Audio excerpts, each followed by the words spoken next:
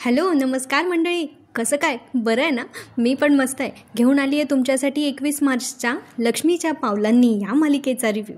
तर काल आपण बघितलं होतं की कलाचा मळवट देवीच्या कृपेने भरला गेला होता आणि मग नंतर आता सगळी पूजा संपन्न झाली आहे. सगळे आपापल्या रूममध्ये गेलेत, पण अद्वैत अजून काही गेलेला नाही आहे. तो अजून तिथेच बसला आहे आणि घडलेल्या सगळ्या घटनांचा विचार करतो आहे. तर अद्वैतला आठवत आहेत त्या घटना म्हणजे अशा असतात की निंबाळकरांच्या लग्नातलं जे त्यांनी जे प्रेझेंटेशन केलं होतं ते त्यांना ते कॉन्ट्रॅक्ट मिळालं. कधी मिळालं? जेव्हा कलाने तिच्या हाताचे ठसे उमटवले.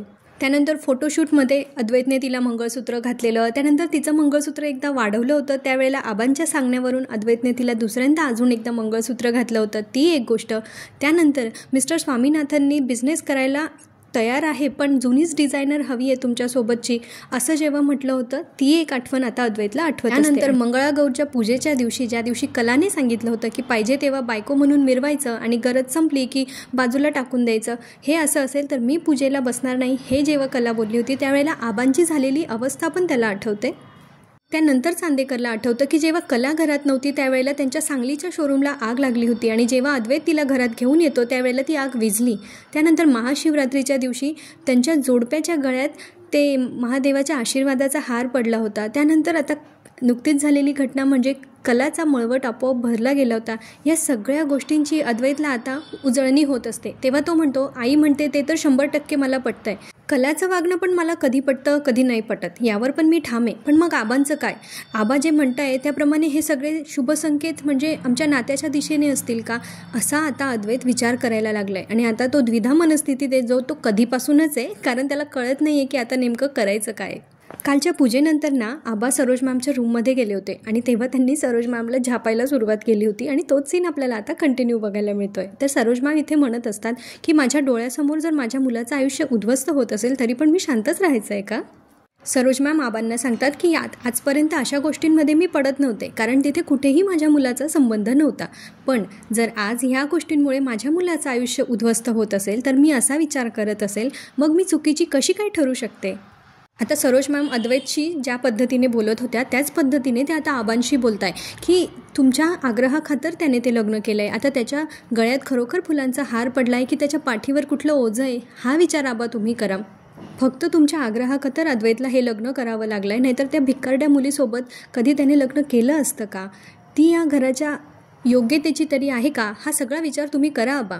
सरोज मॅमला असं वाटतंय की आबा निरुत्तर झाले, पण आबा जरा वेळ विचार करतात आणि मग ते सरोज मॅमला मस्तपैकी उत्तर देतात. ते सांगतात की हे बघ, रडत कडत कसा तरी ते त्यांचा संसार करण्याचा प्रयत्न करताय ना, मग तू त्यांच्या संसारात कशाला आडी निर्माण करते? तू तुझं मत अद्वैतवर लादतेस, तसं नको ना करू, त्याला त्याचा निर्णय घेऊ दे ना. अंबाबाईने दिलेले कौल तुला दिसत नाहीये का? तेव्हा सरोज मॅम म्हणतात की आता अंबाबाईने दिलेल्या कौलवर त्यांचं लग्न टिकवायचं आहे का, की त्यांचे ते दोघे एकमेकांसाठी पूरक आहेत की नाही ते बघायचं आहे. आणि हे मी माझ्या अनुभवावरून बोलते की नवरा बायको जर एकमेकांसाठी पूरक नसतील तर त्यांचा संसार मोडतो. आता आबा म्हणतात, हे बघ, तुझा संसार मोडला त्याला कारण वेगळं होतं. आता हे काय कारण होतं पुढे आपल्याला काही भागांमध्ये स्पष्ट होऊ शकतं. अद्वैत अजूनही बाहेरच बसलाय होलिका मातेच्या पूजेजवळ. त्यानंतर मग आता कला तिथे येते आणि ती म्हणते की चांदेकर, तू अजूनही एवढ्या धुराजवळ बसलाय, अरे तुला अस्थमा आहे, त्रास होईल, चल बरं घरात चल. अद्वैत म्हणतो, मी काय लहान आहे का? तर आता कला म्हणते, लहान नाही आहेस तू, पण आत्ता तू लहान मुलासारखाच वागतोयस, त्रास होईल तुला, चल. अद्वैत करतो जरा आडमुठेपणा, पण शेवटी कला आहे ती घेऊनच जाते त्याला बरोबर.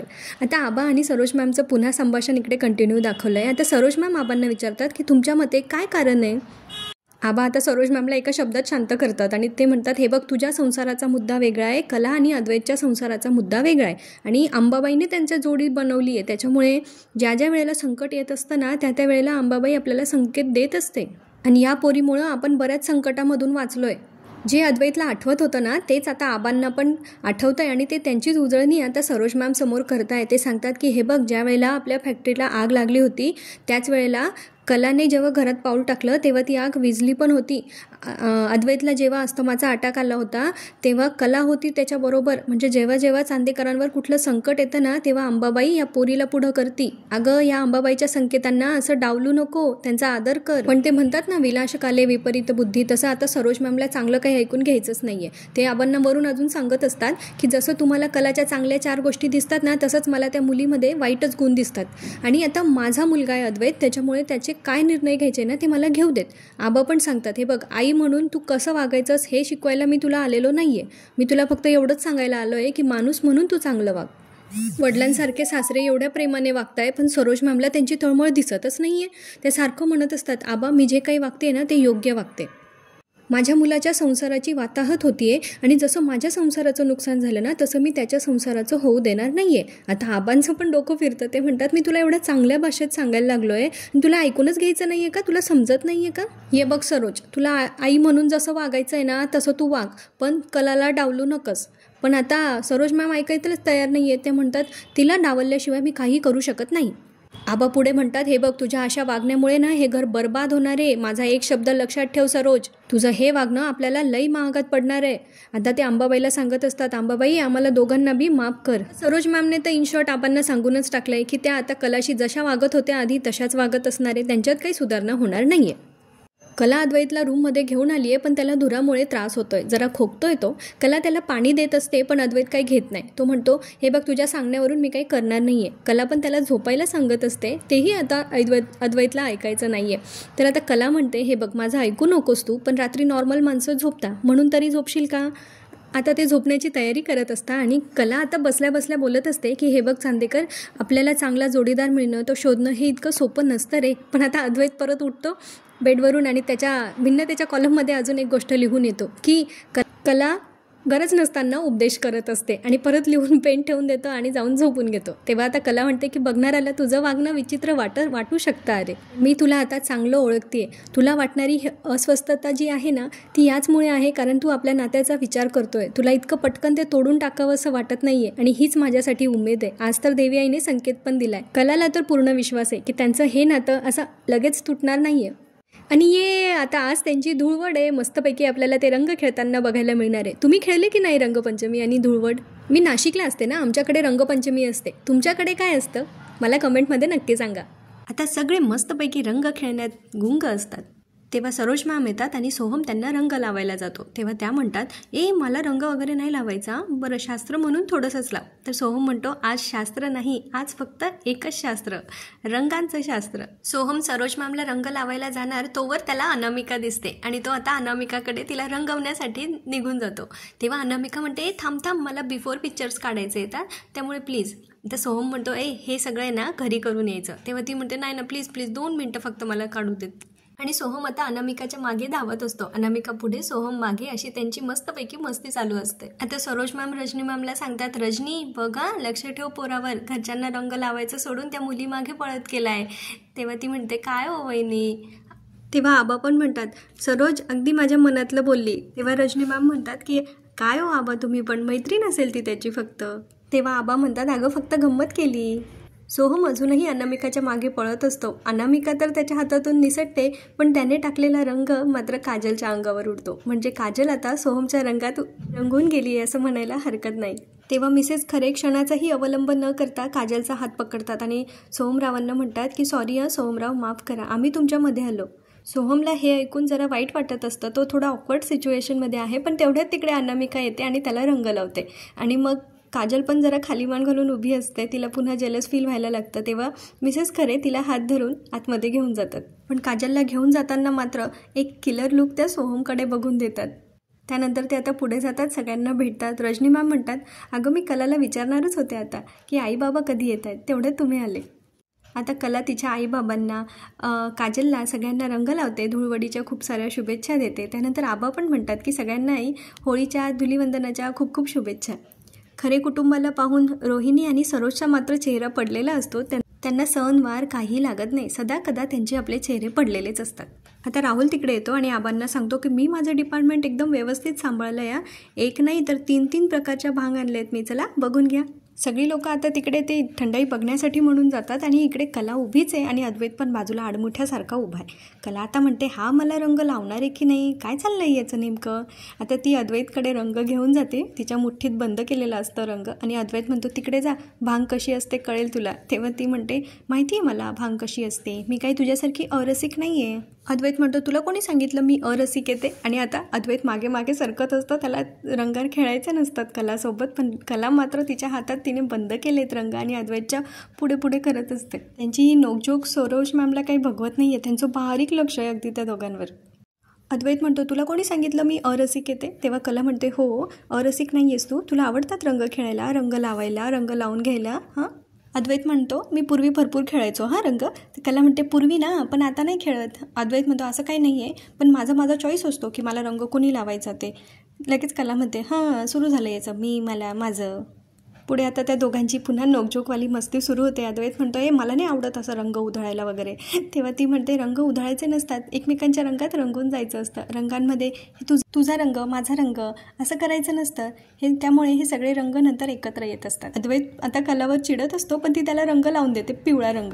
अद्वैत पण चिडतो आणि म्हणतो तो रंग घ्यायला जाणारच असतो, पण त्याच्या आजूबाजू कुठला रंग नसतो. तो म्हणतो आता रंग नाही आहे ना म्हणून वाचलीस तू.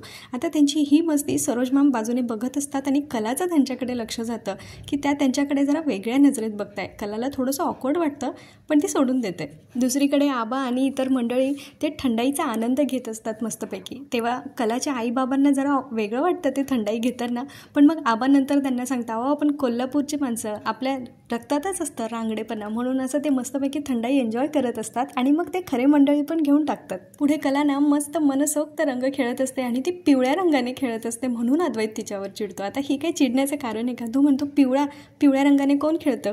ती म्हणते रंगपंचमीला रंग खेळायचे असतात, हा काय तो काय असं नसतं करायचं.